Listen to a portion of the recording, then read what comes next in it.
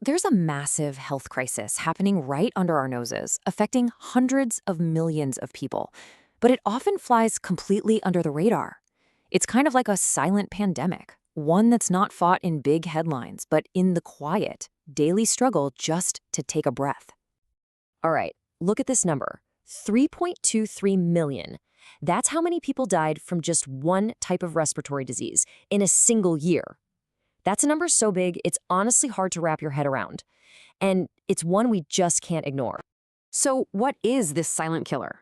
What could possibly be responsible for such a staggering worldwide loss of life? Well, the answer is a whole group of illnesses we call chronic respiratory diseases, or CRDs for short. Basically, these are long-term conditions that mess with your airways and your lungs. And as that first number showed us, they are, without a doubt, among the top causes of death on the entire planet. But, behind all these big numbers are real people. So what does it actually feel like to live with a CRD day in and day out? Let's talk about the very real human side of this fight for every breath. So it's super important to get that CRD isn't just one single disease. It's more like an umbrella term. It covers things like COPD, that's chronic obstructive pulmonary disease, and asthma, which I'm sure a lot of you have heard of. But it also includes things like occupational lung diseases, from what people are exposed to at work, and even conditions like pulmonary hypertension. And for the folks living with these different diseases, the day-to-day reality can be tragically similar. Just look at the symptoms. It really paints a picture. We're talking about constant shortness of breath, a cough that just never seems to go away, that wheezing sound when you breathe, and a really awful tightness in your chest. It's a constant battle, and it just leads to this deep, overwhelming fatigue. So that leads to the big question, right? Where do these awful diseases even come from? What puts a person at risk in the first place? Let's unpack the root causes. Okay, so the risks are kind of a two-sided coin. You've got personal factors on one side and environmental stuff on the other. For personal factors, tobacco smoking is hands down the biggest cause of COPD. But then you have all these environmental factors that many people have zero control over, like indoor air pollution from cooking with solid fuels, all the smog and pollution in our cities, and even being exposed to chemicals on the job. It really shows you this isn't just about personal choices. It's about the very air we all have to breathe. And when you put all those risk factors together, wow, you get a full-blown global crisis. The scale of this problem is it's huge. Let's really look at the alarming toll this is taking around the world.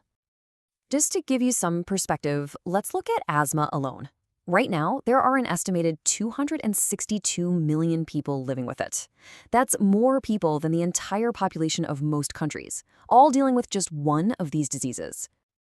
And we're not just talking about being common, we're talking about being deadly. The World Health Organization puts it plainly. COPD is the third leading cause of death worldwide.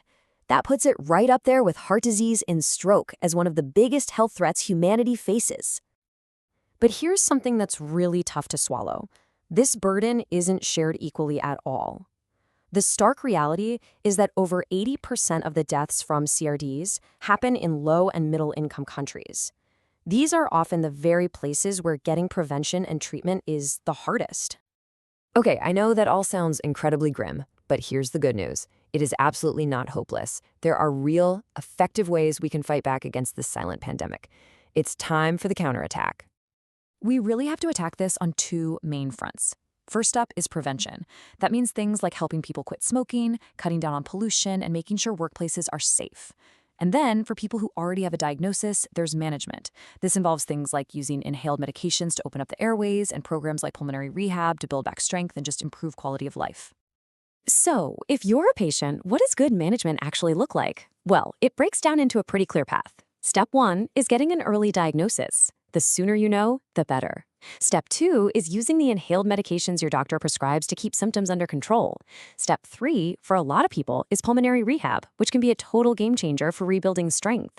And step 4 is getting vaccinated to prevent infections that could make things a whole lot worse. But look, as important as all that individual stuff is, it can only take us so far. If we really want to turn the tide on this, we need a coordinated global plan. When we zoom out to the public health level, we need a whole bunch of things working in sync. That means getting serious with tobacco control laws, pushing for bold policies to cut down air pollution, really enforcing workplace safety rules, and launching big public awareness campaigns so that everyone understands the risks involved. And the thing is, there is a global commitment to this. The World Health Organization has set a really clear goal. They want to cut premature deaths from major diseases like CHRDs by a significant amount. It's a huge, ambitious goal, but it's what drives action and holds countries accountable.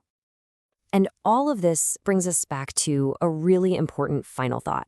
This isn't just a problem for doctors or big international groups.